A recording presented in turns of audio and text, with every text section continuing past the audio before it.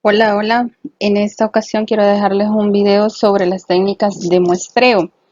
Estas son muy importantes a la hora de recolectar nuestros datos y este paso va después de que nosotros hemos realizado nuestro cálculo de muestra.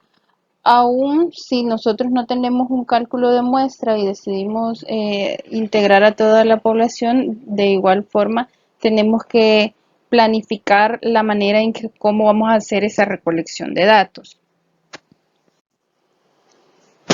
Ahora bien, al momento de planificar nuestra forma de recolectar los datos, tenemos que resguardar o tratar de cumplir el principio de representatividad, que lo que significa es que nuestros datos o nuestros resultados van a tener validez interna. ¿Y eso por qué? Bueno, porque la muestra que hemos recolectado corresponde o es representativa a nuestra población de estudio, como lo dice la palabra muestra, ¿verdad? Es decir, esta representa a nuestra población de estudio. Ahora, para la planificación de la técnica del muestreo, primero tenemos que ver nuestras unidades de muestreo.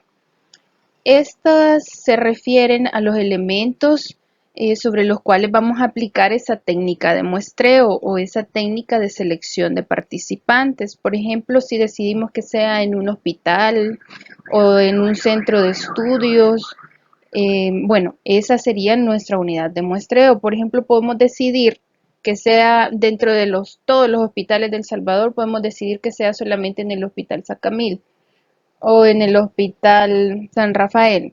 Entonces, vamos a ver que esa sería nuestra unidad de muestreo.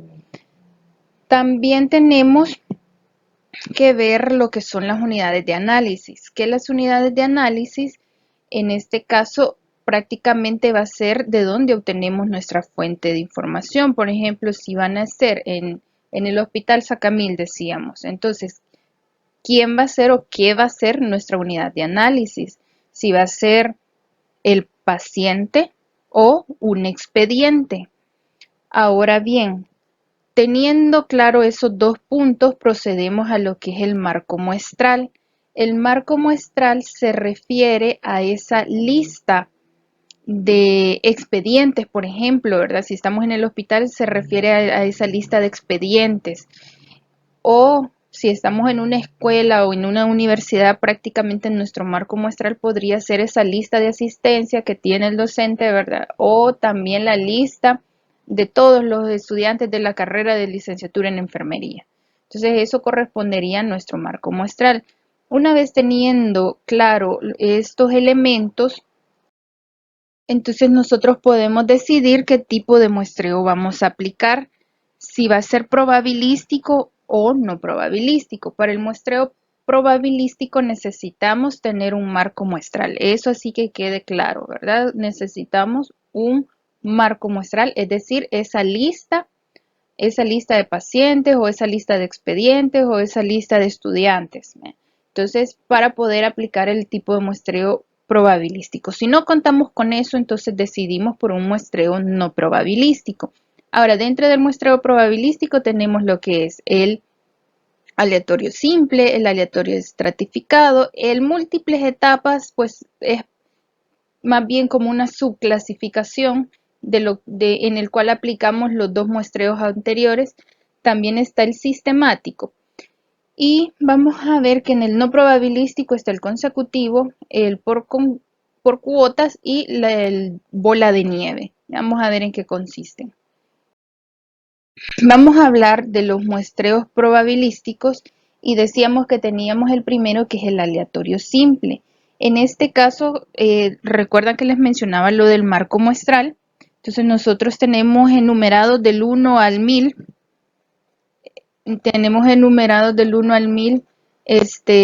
nuestros participantes o nuestros expedientes. Entonces vamos a ver que esos 1000 expedientes tienen la misma probabilidad de ser seleccionados. Entonces vamos a ver que en eso consiste un muestreo aleatorio simple, que toda la población, digámoslo así, tiene la misma posibilidad de ser seleccionada para que forme parte de esa muestra. Ahora bien, les voy a poner tres ejemplos. Vamos a ver, tenemos 10 expedientes clínicos y vamos a ver cuál de los tres procedimientos se considera como muestreo aleatorio simple. Digamos que tenemos esos 10 expedientes y decidimos tomar, los tenemos numerados del 1 al 10, perdón, en orden, y decidimos tomar los primeros 5. Entonces, eso pues prácticamente no correspondería a un muestreo aleatorio simple porque no es probabilístico. Solo la mitad o la primera mitad más bien tiene la probabilidad de ser seleccionada, la otra mitad no tiene esa probabilidad de ser seleccionada, entonces por eso es no probabilístico. Y el segundo método dice dividir el listado en dos grupos, digamos, los primeros 5 o los últimos 5 o los pares y los impares, los dividimos así y escogemos al azar un grupo, digamos que tiramos una moneda al aire y escogemos al azar uno de esos dos grupos. Entonces, ese tampoco sería, bueno, en este caso estamos hablando que es más o menos probabilístico, lo define ese autor como equiprobabilístico, pero no es aleatorio simple, ¿verdad? Porque no hemos escogido los números al azar, porque digamos que por una casualidad todos los impares son hombres y todos los pares son mujeres, entonces las mujeres no tuvieron la misma aleatoriedad o la misma probabilidad de ser escogidas. Y en el siguiente método dice numerar los 10 elementos, como les decíamos, los tenemos numerados del 1 al 10 y metemos en un frasquito papelitos del 1 al 10 y entonces de manera aleatoria obtenemos 5 números, ahí la rifa, vean. Entonces aquí sí estaríamos frente a un muestreo que es aleatorio y de forma simple. Tiene sus ventajas y sus desventajas, no me voy a detener en esta parte, ahí la pueden leer, pero vamos a ver que todo muestreo, ya sea probabilístico o no probabilístico, tiene sus ventajas y sus desventajas. Ahora bien, tenemos un ejercicio. Esto del muestreo aleatorio simple lo podemos aplicar en bases de datos o más bien lo podemos hacer el cálculo de nuestra muestra, es decir, de los 1000 queremos seleccionar 200 nada más, que es nuestra muestra. Entonces, nosotros, ¿cómo lo hacemos? Bueno, podemos utilizar Excel, podemos utilizar SPSS, incluso podemos utilizar OpenEpi, me parece que es otro programa que podemos utilizar. EpiInfo, perdón, es otro programa que podemos utilizar para calcular o para que nos dé ese número aleatorio que al final ese es el que va a representar nuestra muestra. Entonces ustedes tienen en el aula virtual lo que es el marco, un archivo, perdón, que se llama marco muestral pacientes y con ese vamos a utilizar dos métodos para calcular el tamaño de la muestra.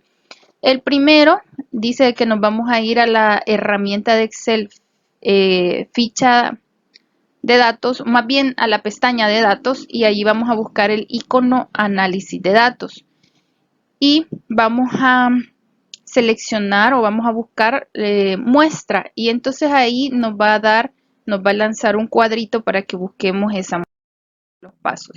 Entonces acá, vamos a ver, acá en esta pestaña nos vamos a datos.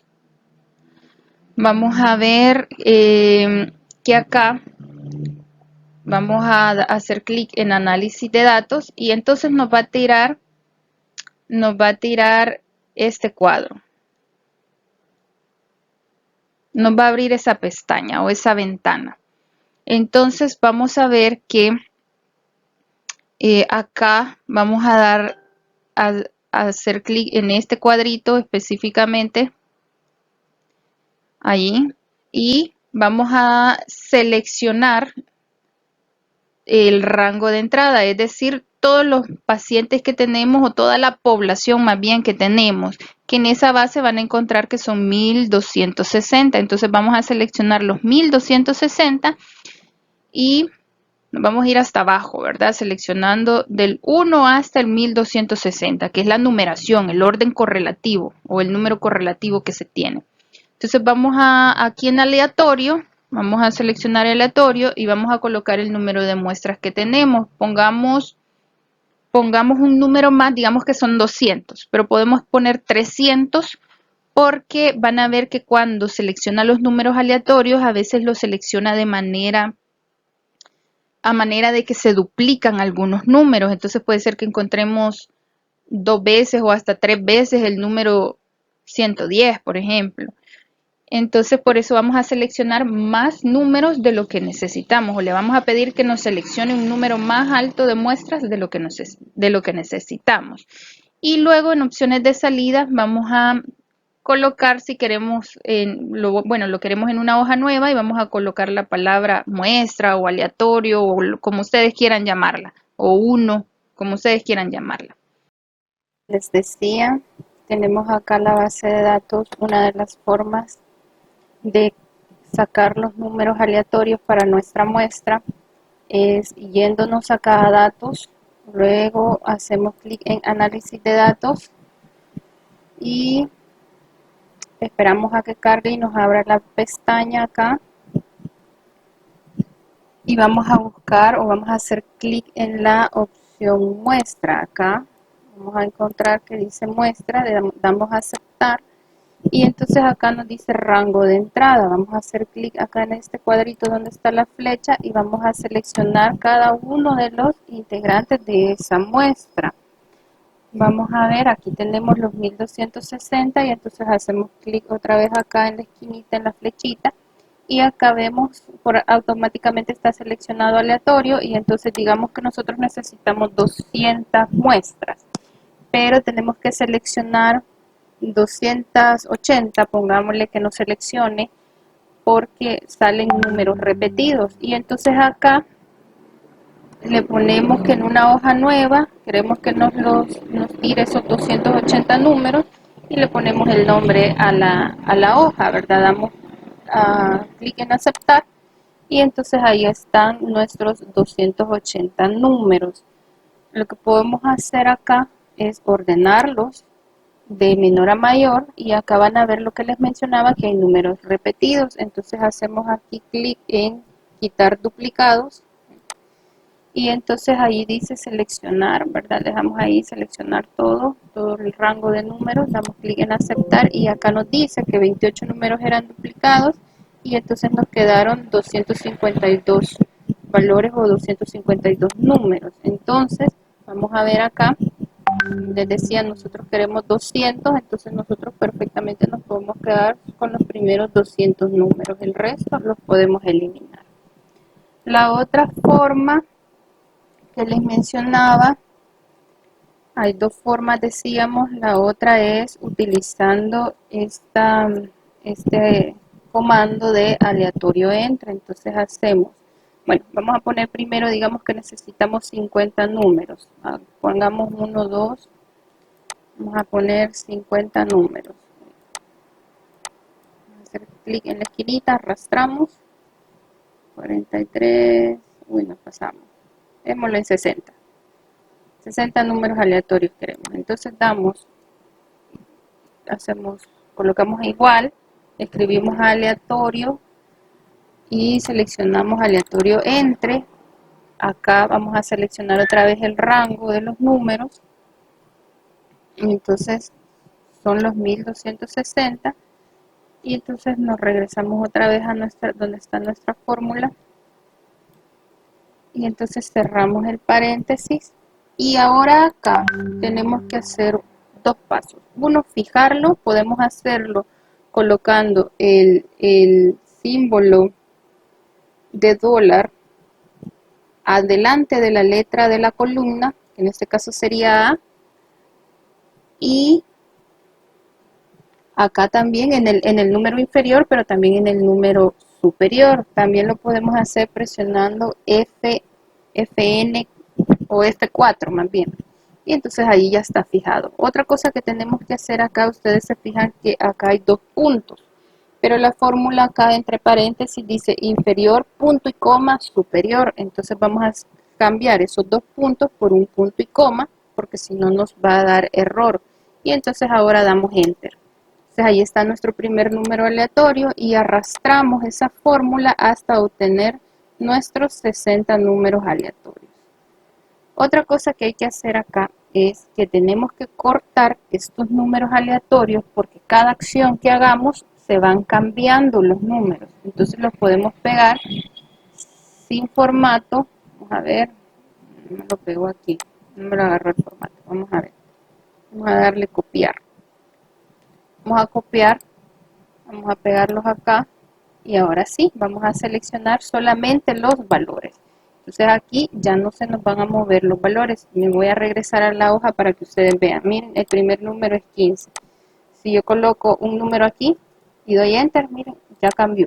Entonces me va a estar tirando 60 números aleatorios cada vez que hago una acción. Por eso es que tenemos que cortar o copiar y pegar. Miren acá, no me lo cambió. Porque lo pegamos ya sin formato de fórmula ni nada. Ahora podemos hacer lo mismo. Vamos a seleccionar. Vamos a ordenar de menor a mayor y vamos a quitar nuevamente los duplicados. Y acá vamos a aceptar. Entonces decía acá, solamente hay dos valores duplicados encontrados. Entonces ya no me quedé con 60, sino con 58. De igual forma tendría que haber seleccionado más si quería 60, pero habíamos dicho 50, ¿verdad? Entonces los 8 restantes podemos quitarlos. Entonces así es como se hace acá. Ahora, si no les aparece esta pestañita de análisis de datos, se van a archivo, se van a opciones y luego se van a complementos. En complementos, a ver que cargue. En complementos vamos a hacer clic en ir. Aquí abajo está, complementos de Excel, ir. Y vamos a seleccionar análisis, herramientas para análisis. En algunos, me he fijado que en algunos Excel, a veces la herramienta para análisis VBA, esa es la que les avienta o les tira ese icono. Entonces dan a aceptar y les tiene que aparecer ahí. Ahora en el muestreo aleatorio estratificado vamos a ver que en este caso vamos a encontrar que tenemos grupos distintos. Por ejemplo, les hablaba sobre que tenemos la carrera de enfermería aquí en la universidad. Entonces, si ustedes se fijan, los grupos son distintos dependiendo del año de la carrera. Por ejemplo, en primer año hay casi que el doble de lo que ustedes podrían ver en comparación con el cuarto y quinto año. En el quinto año creo que al momento hay como 12, ¿verdad? Entonces, ahí podemos ver diferentes estratos o grupos, digámosle así.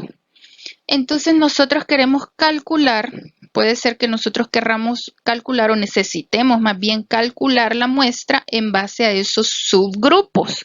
Entonces, del grupo o del año, del primer año, voy a tener más muestra que del último año, porque decíamos que del primer año son 50, digamos, y del quinto son 12, entonces voy a sacar una muestra de cada grupo o de cada subpoblación, llamémosla así.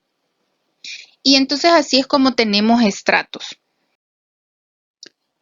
Ahora bien, este es otro ejemplo. Dice de que se quiere determinar la prevalencia de hipertensión arterial en una comunidad y que hay posibles factores de confusión. Por ejemplo, la hipertensión arterial en quién es más prevalente, en los niños, en los jóvenes, en los adultos jóvenes o en los mayores. Bueno, y vamos a ver que en los extremos de la edad, bueno, a una persona mayor ya de 90 años, 80 años, no le dio hipertensión antes, pues muy difícilmente le va a dar ahora, igual que un niño. Entonces, si queremos ver la prevalencia de hipertensión arterial, entonces tendríamos que estratificar según edad, también podría ser según sexo o el factor de riesgo obesidad. Que recuerden que ese es un factor de riesgo y se corre más riesgo de presentar hipertensión arterial. Entonces, vamos a ver que es importante ver si hay estratos o si hay subgrupos en nuestra población. Y vamos a encontrar también de que lo podemos utilizar para poder pues obtener una mejor representación de nuestra población. Bueno, esos son más ejemplos, ustedes pueden leer más despacio esa teoría en la presentación. Hay dos tipos de muestreo aleatorio estratificado. Hay uno de muestras de igual tamaño, es decir, que seleccionamos, por ejemplo, del primero al quinto año, vamos a seleccionar de todos los años 10 estudiantes. Entonces, ese es un número fijo. Lo otro es la muestra de asignación o fijación proporcional, que es lo que les decía, que en base al grupo, al tamaño del grupo, es que vamos a ir seleccionando la muestra. Este es lo ideal que debemos de hacer en las investigaciones, pero a veces es muy difícil de hacerlo. También tenemos, prácticamente es otra forma de clasificar los tipos de muestreo. Tenemos los muestreos en etapas y esto se puede decir de que hay muestreos que son en una sola etapa y que por ejemplo solamente se necesita del aleatorio simple o del muestreo estratificado, pero Argimón, por ejemplo, él dice que la primera etapa puede ser seleccionar el área de interés, por ejemplo, seleccionar dentro de los 10 hospitales que hay en San Salvador, yo selecciono uno y es el Sacamil, por ejemplo. Entonces, esa ya sería una primera etapa. El bietápico dice de que seleccionamos el área, pero ahora tenemos que hacer el cálculo de la muestra y ver la técnica de muestreo que vamos a aplicar. Es decir, seleccionamos el hospital Sacamil. Ahora, no todos los pacientes del hospital vamos a incluir en el estudio. Entonces, ¿qué técnica de muestreo voy a utilizar para seleccionar esa muestra? Y el multietápico dice que ya no solo tiene dos etapas. Bueno, se realizan más de dos etapas realmente, ¿vea? Y vamos a ver que en cada una de estas se calcula una muestra. Dice, por ejemplo, les decía de los 10 hospitales de San Salvador. De ahí hacemos un cálculo de muestra. Digamos que no solo seleccionamos uno, sino que vamos a seleccionar en base a nuestro cálculo de muestra. Y nos sale de que son 7 hospitales. Entonces, puede ser que para esos 7 hospitales utilice el aleatorio simple y meta en un frasquito, como les decía, 10 papelitos del 1 al 7 o con los nombres de cada hospital y sacamos 7 papelitos y esos van a ser los 7 hospitales que vamos a incluir y eso ya sería una etapa, ¿verdad? Ahora llega el proceso del cálculo de muestra de cada hospital, ya ese sería otra etapa, ¿verdad? Entonces vamos a ver que aquí se considera multietápico si hacemos eso, ¿verdad? Si hacemos dos cálculos de muestra o más de un cálculo de muestra y también la aplicación de más de una forma o una técnica de muestreo. Y las muestras por conglomerados van a ver que esto le conoce así también al muestreo en múltiples etapas. Eso solo se los traigo como otro nombre porque a veces lo llaman muestreo por conglomerados y es lo mismo que en múltiples etapas. Vamos a ver, bueno, lo de las ventajas y las desventajas que todos tienen, ventajas y desventajas, y eso ustedes lo pueden leer. Bueno, eso es para la guía, el ejercicio 2. Y vamos a saltar al muestreo sistemático. Esta es otra forma de calcular, o más bien de técnica de muestreo, perdón, y dice de que en este caso el muestreo sistemático consiste en que vamos a elegir uno de cada n individuos. Es decir, que digamos que tenemos 1000 historias clínicas, pero de esas 1000 historias clínicas nos salió que de la muestra, el cálculo de muestra nos salió que eran 200 nada más las que debemos de seleccionar.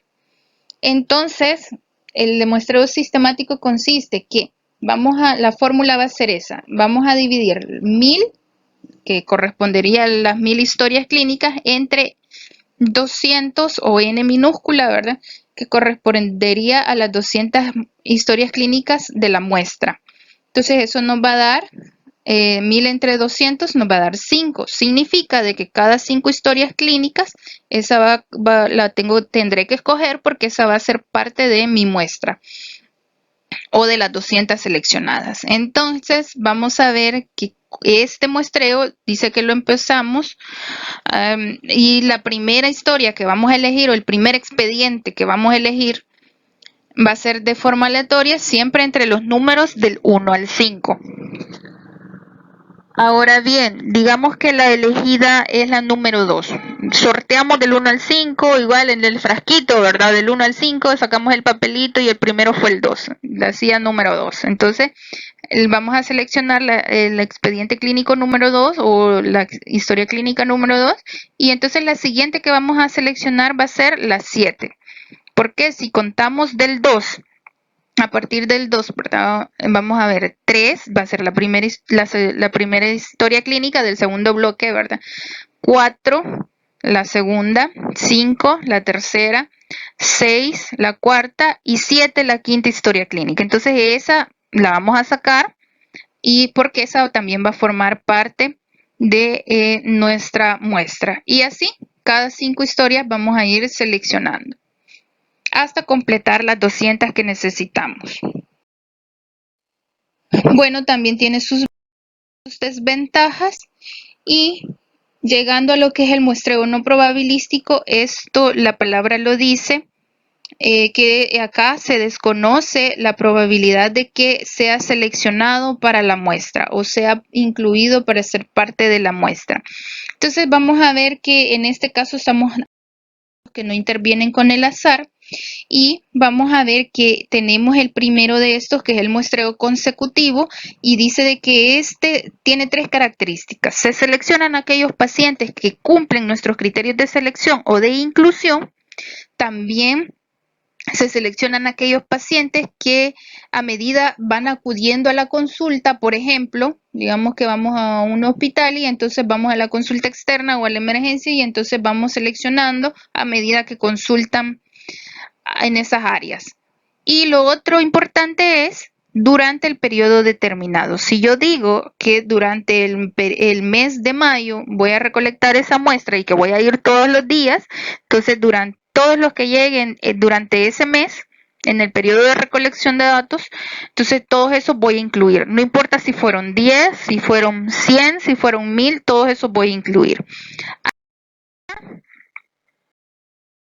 Muestreo por cuotas, que en este caso calculamos la muestra, un número, en el anterior no, pero en este sí, calculamos un número, digamos que eran los mismos 200. Entonces yo voy a estar bien recogiendo la información, así, puede ser de igual forma, de aquellos que lleguen a la consulta y de aquellos que me cumplan los criterios de inclusión, pero yo voy a dejar de recolectar los datos hasta cumplir con los 200 que necesito de muestra. A eso se refiere. Y el bola de nieve, bueno, que sería el otro método no probabilístico, el último dice de que en este caso vamos a ver que se utiliza cuando los participantes tienen características que no son fáciles de encontrar. Por ejemplo, drogadictos, marginales, delincuentes o cuestiones o alguna enfermedad no muy común. Entonces, vamos a ver que acá lo que se hace prácticamente es decirle, mire, me ayuda con alguien que conozca usted que tiene el mismo problema. Entonces, dígale que estamos haciendo una investigación y si nos puede colaborar. Entonces, así en eso consiste el bola de nieve. Bueno, es de los menos utilizados dentro de los 3 no probabilísticos. El más utilizado es el muestreo consecutivo, algunos lo llaman por conveniencia, pero me parece más profesional, ¿verdad? O menos, no sé, me gusta más como lo llaman este autor, que es muestreo consecutivo. Entonces, es los más utilizados, incluso es de los más utilizados en los ensayos clínicos. Y este es un esquema de cómo podemos seguir o cómo podemos saber qué tipo de muestreo podemos realizar para nuestra investigación, pero lo que les mencionaba era ver en primer lugar si tenemos cuáles son nuestras unidades de muestreo, nuestras unidades de análisis y si tenemos marco muestral. Y con eso termino esta parte. Agradezco su atención.